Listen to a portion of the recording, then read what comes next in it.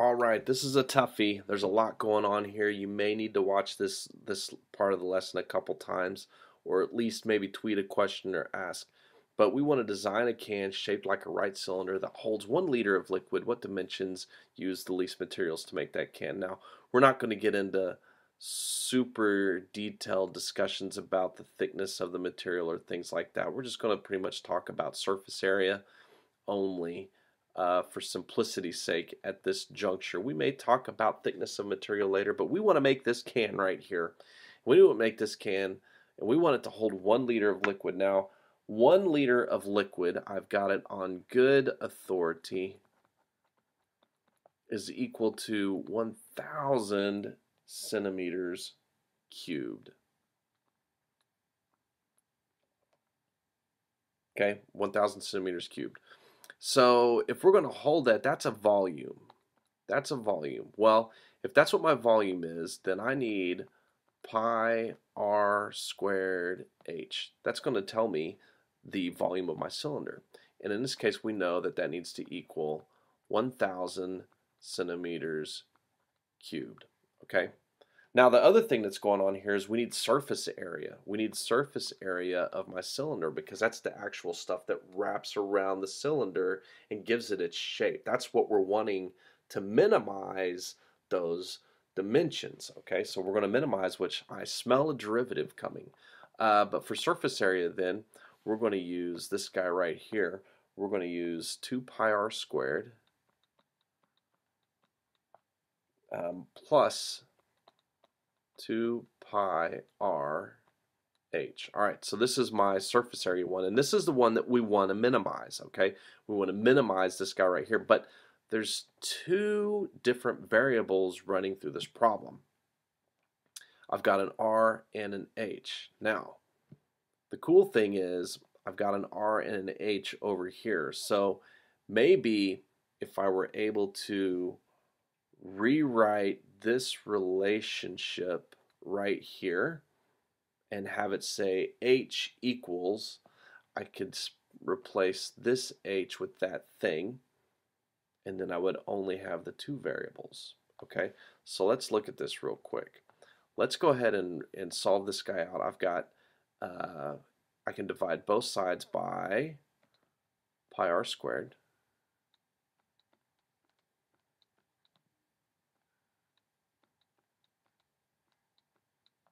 And this would give me my new h right here. This is my new h. All right, h equals 1,000 divided by pi r squared. I can put that in for this h right here because they're related. Why? The can is the same height in both pieces. It's the same height for the volume as it is for the surface area. That doesn't change. So my new equation for my surface area becomes 2 pi r squared plus 2 pi r h. 1,000 over pi r squared. Okay, what do you think about that? That doesn't look too bad, right? So we can simplify this by one more step here. The front part doesn't change much, but notice back here the pi's can cancel. I've got to remember this is all over 1. This is all over 1. So this pi and this pi cancel.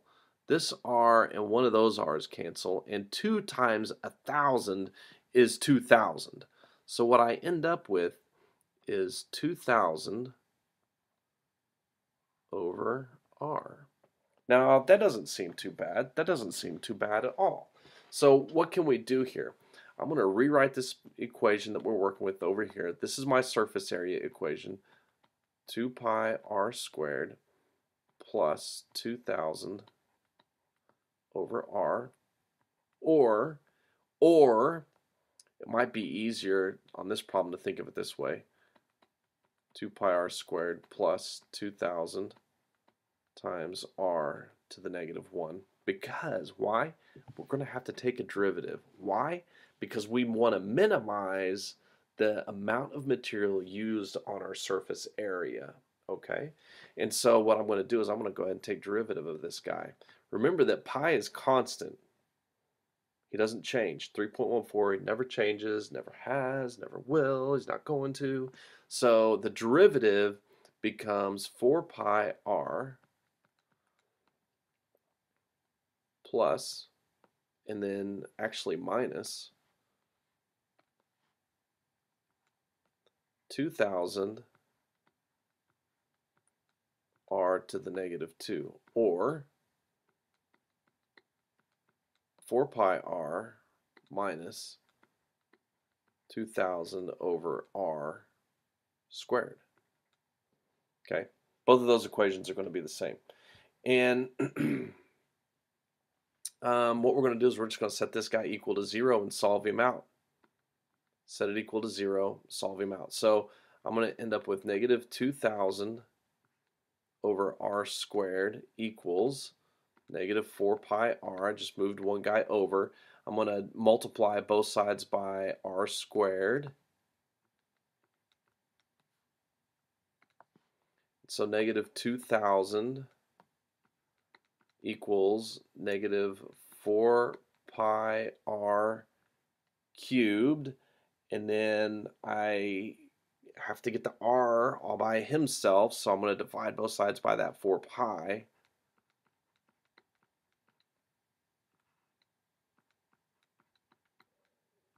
And it looks like I'm headed for another calculator issue here.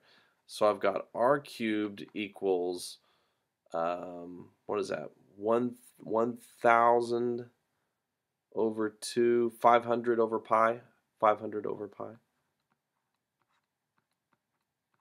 That's not a number I carry around in my back pocket with me, to be sure, but what I need to do now is get the r all by itself, and the best way to do that is to take the cube root of everything, or just raise everything to the 1/3 power.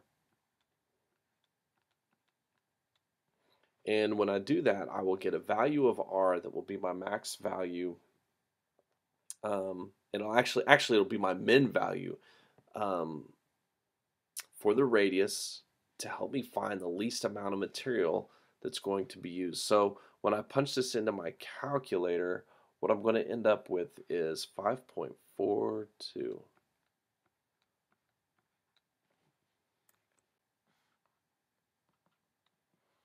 All right, so we found part of the problem here. We found the radius of the right cylinder. So remember, on this, we had two variables here. We had a radius and a height. So the radius of my right cylinder can is 5.42. Now, I need to know what the height is. Good thing we have an equation for that right here. Looky, right here. See it? See that equation right there? See it? Right there?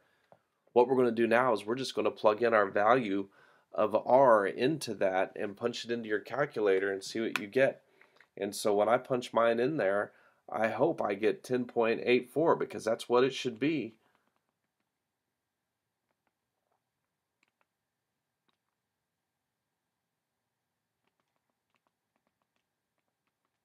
10.84, man, what a relief. Now, what dimensions are we talking about here? That's the next crucial question. Well, remember, at one point in time we had converted everything around into centimeters way back here at the beginning when we were talking about liters. So we're going to call this centimeters here, we're going to call this centimeters here, and this then is the dimensions of our right circular cylinder that uses the least amount of material for the surface area.